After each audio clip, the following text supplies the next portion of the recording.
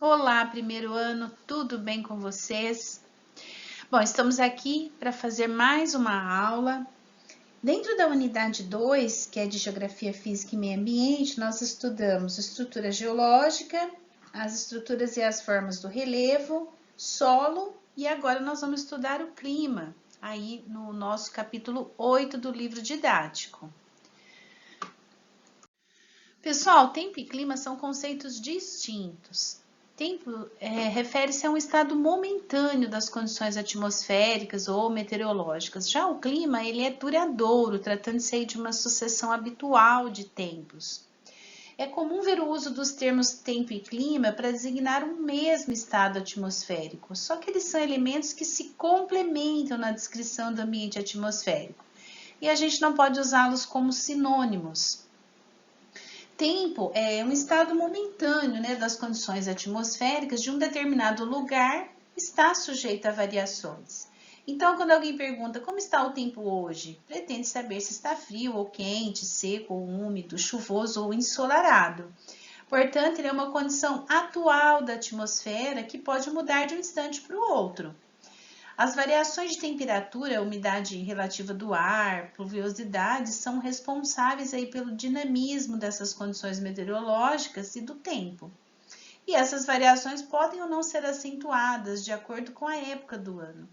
Há meses em que as chuvas são mais constantes, né? E outros em que não há chuvas. Há meses em que as temperaturas são mais elevadas e outros que elas caem. Como agora que a gente acabou de entrar no inverno, em 20 de junho, e a gente já está aí num período mais frio. Cada lugar ou região apresenta um clima próprio, ou seja, um conjunto distinto de fatores climáticos, que são as características que determinam o clima. Por exemplo, latitude, altitude, massas de ar, continentalidade, maritimidade, correntes marítimas, relevo, vegetação e urbanização.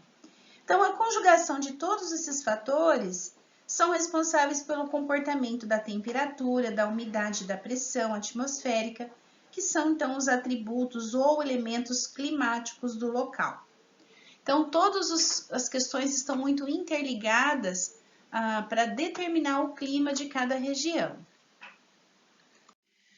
Pessoal, deixei no slide anterior a radiação solar em negrito, porque é basicamente ela que comanda todo o resto dessa dinâmica aí da atmosfera, tá? A gente sabe que a Terra é envolvida por uma camada de ar chamada atmosfera, formada aí por diversos gases como nitrogênio, oxigênio, e exerce algumas funções, né? Protege o planeta, filtra os raios solares, armazena calor e umidade, permitindo a manutenção da vida. Observe na ilustração abaixo que a atmosfera é composta de 5 camadas e é na camada mais próxima à superfície que há a maior concentração de gases e do vapor de água, que se manifestam os fenômenos ligados ao clima e às condições no tempo atmosférico. Bom, qual seria o nome da camada da atmosfera em que se manifestam os fenômenos ligados então ao clima e às condições do tempo atmosférico? Aqui na troposfera, que é a primeira camada, né, onde está praticamente todas as formas de vida na Terra. A energia que chega à Terra com a radiação solar, ela é a grande responsável pela dinâmica da atmosfera, associada aos movimentos da Terra, né, que é de rotação e translação. Ela vai então determinar as estações do ano e os diferentes tipos de clima do nosso planeta. Por isso, e para iniciar qualquer estudo sobre o clima, a gente precisa entender como a radiação do Sol atinge o planeta. Bom, então os movimentos da Terra, que são rotação, que ela faz em torno dela mesma e translação ao redor do Sol, determinam a distribuição da luz e do calor na sua superfície e influenciam toda a vida em nosso planeta. É muito importante essa questão dos movimentos do planeta Terra e a distribuição de luz e calor na superfície, tá? Então, aqui nós temos a questão das 4 estações, né? O calor do Sol e as 4 estações do ano, que são muito diferentes nas 4 estações em qualquer lugar do planeta, essa dinâmica. A questão dos 2 solstícios que a gente tem aqui, o de inverno e o de verão. os 2 equinócios também, que é o de outono e primavera, e além de tudo isso, as nossas 4 estações, primavera, outono, verão e inverno. Então, em cada época dessa, a insolação ela é diferente sobre o planeta Terra e por conta disso altera também toda a questão climática. Então, a gente viu os elementos do clima, agora a gente vai ver os fatores climáticos, que são latitude, altitude, circulação geral da atmosfera, maritimidade, continentalidade, correntes marítimas, vegetação e relevo. O primeiro que a gente vai ver é a latitude. Bom, quanto mais próxima a região está do Equador, mais iluminada e aquecida ela é. Quanto mais distante, menos iluminada e aquecida. Por que isso acontece? Porque à medida que a gente se afasta do Equador, aumenta a inclinação de incidência dos raios solares sobre a superfície terrestre, fazendo com que uma mesma quantidade de energia tenha que aquecer uma superfície maior. Portanto, quanto maior a latitude, maior a área a ser aquecida pela radiação solar, o que torna a temperatura mais baixa. Então, portanto, a latitude é um dos fatores que determinam as diferentes intensidades de luz e calor na superfície da Terra, influenciando o clima do planeta. O segundo fator climático que a gente vai ver é a altitude, que aí é um dos fatores do clima, né? A altitude, qualquer elevação em relação ao nível do mar, a cada 200 metros, menos 1 grau centígrado.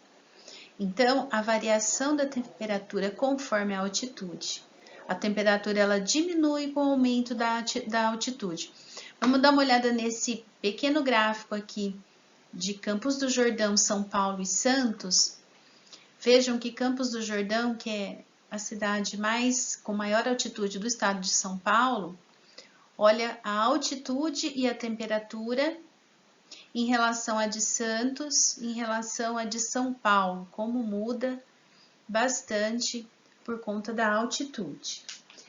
Então, quanto maior a altitude, menor é a concentração de gases, né? Que dizemos que o ar é mais rarefeito, e menor é a capacidade de armazenar o calor, portanto, menor também é a temperatura. Outro fator climático é o albedo, que é um índice de reflexão de uma superfície.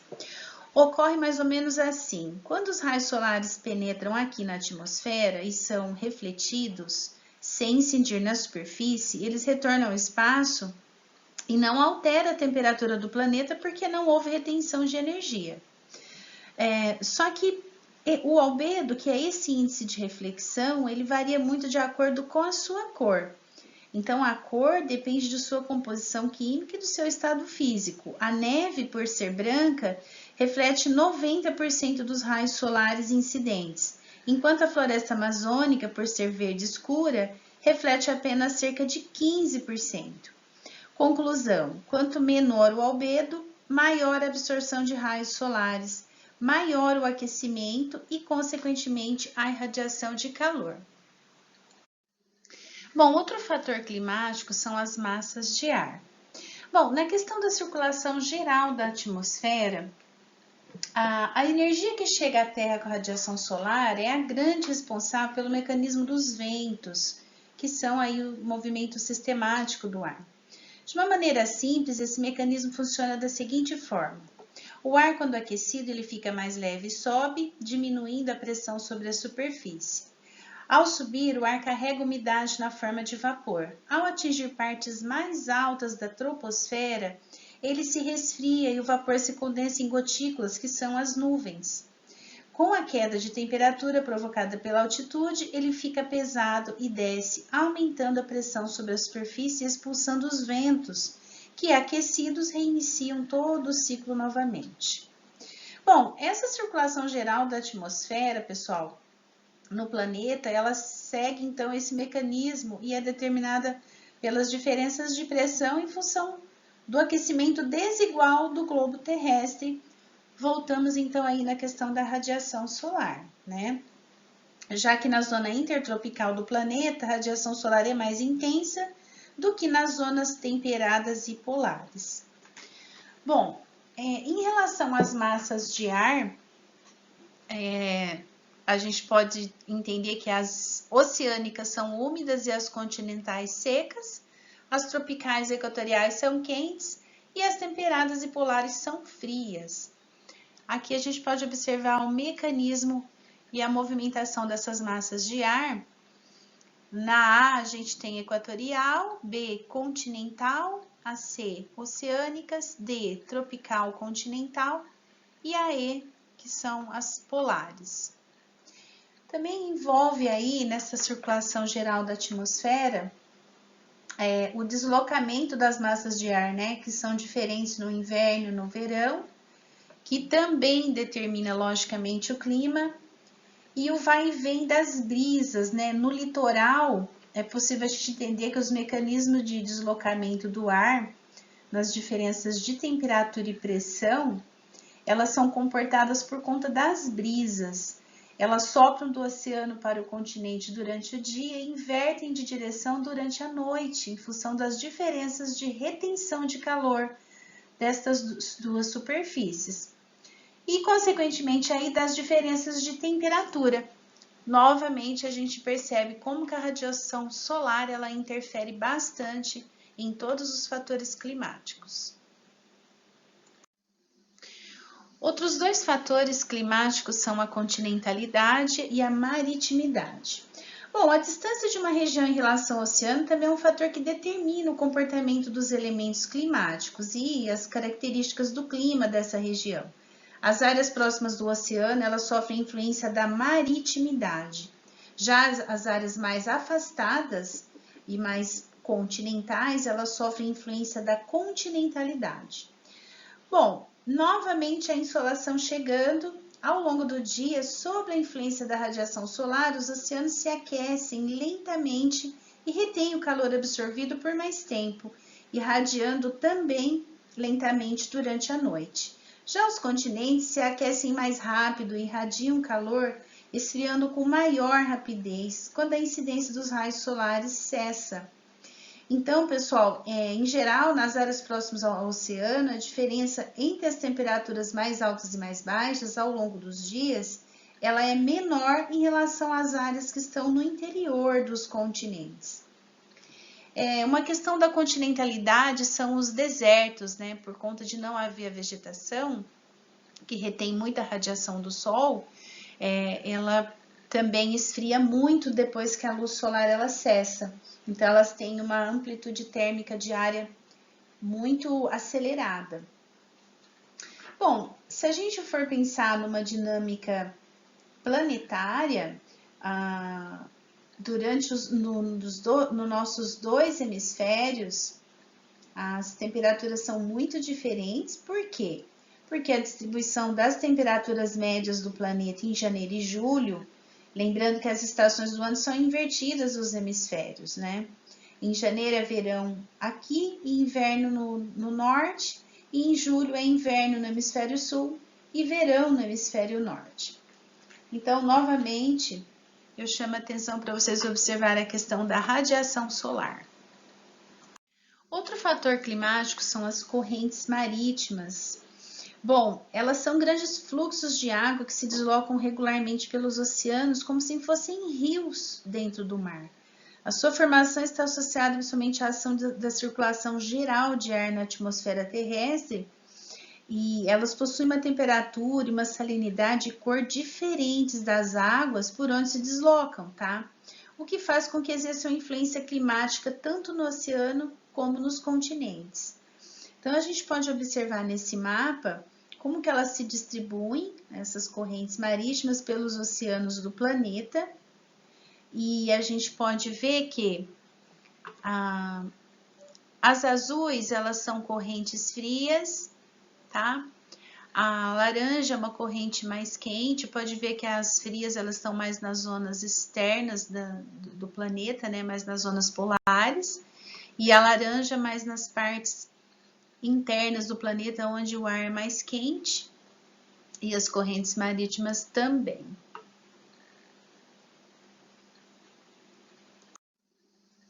E o último fator climático que a gente vai ver é a questão da vegetação e relevo, que a vegetação ela exerce grande influência no clima de uma região, porque quando uma área é desmatada, a temperatura diurna aumenta, pois os raios solares eles passam a incidir diretamente sobre o solo, que aquecido ele irradia calor para a atmosfera.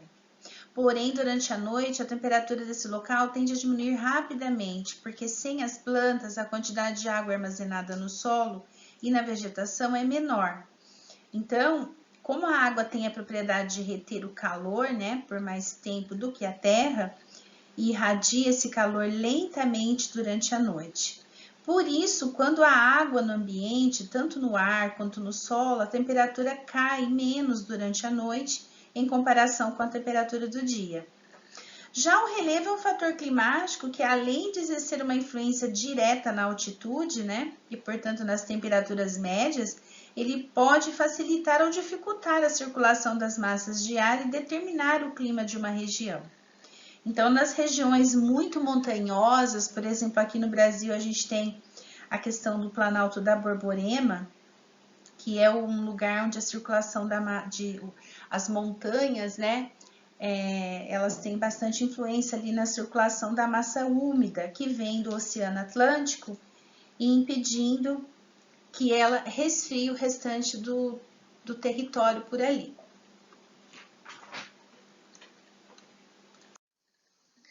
Bom, agora a gente vai ver a questão dos tipos de clima no mundo.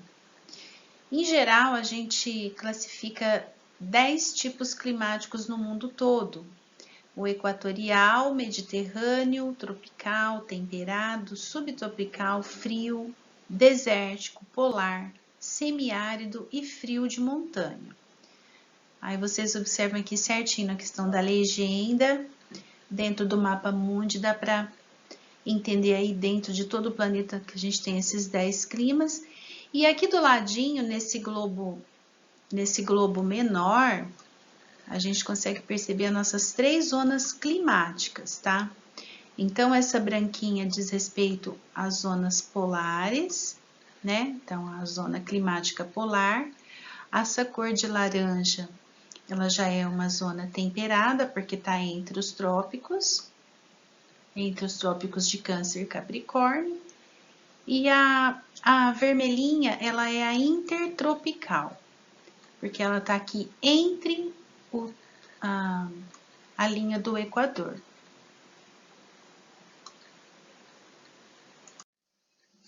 Bom, e aqui nós temos os climas no Brasil, os tipos de climas brasileiros, tá? Aqui nós temos o equatorial úmido, equatorial semiúmido ou tropical semiúmido, tá? O semiárido, tropical, tropical de altitude, que também é chamado de tropical atlântico, e o subtropical. Sempre observem bastante a questão da legenda, né? As cores integradas no mapa, para entender certinho a região que ocorre cada clima. Pessoal, feito isso, então eu fiz aí basicamente um esboço de todo o capítulo para vocês. Agora vamos à nossa atividade, que são 2 essa semana. Primeiramente, vocês vão fazer um relatório, tipo um resumo, assim, do capítulo 8. Quero que vocês façam digitado no Word, bem formatado e organizado, com capa, títulos, subtítulos. Podem inserir imagens, gráficos, tabelas e mais o que vocês tiverem preferência, né? Pode utilizar o nosso livro, mas também pode pegar informações mais atuais na internet. Usar fontes confiáveis. Eu gosto muito do suapesquisa.com, Brasil Escola, Info Escola. Porém, pessoal, todas as fontes que vocês utilizarem não é para copiar e colar, tá bom? Elas podem servir de referência, de suporte, mas vocês precisam editar certinho um texto da autoria de vocês mesmos, tá? Isso é para a gente aprender a fabricar um texto sobre um determinado assunto. E no final, vocês citar aí as referências bibliográficas que vocês utilizaram durante todo o trabalho. Até as imagens também. Isso é bem legal a gente treinar sempre colocar sempre o endereço de todas as fontes que a gente usa, tá? Bom, uma segunda atividade é um mapa mental. Eu quero só dos climas do Brasil. Por isso que aqui no final, na questão dos climas, eu não me aprofundei bastante, porque isso aqui vocês vão fazer. Eu somente citei. Eu quero que vocês façam um mapa mental, aí numa folha A4. Vocês podem desenhar, usar símbolos, sinalizar sempre com setas, utilizar canetinhas de cera ou lápis de cor. De preferência uma folha sulfite ou até metade de uma cartolina também fica bom.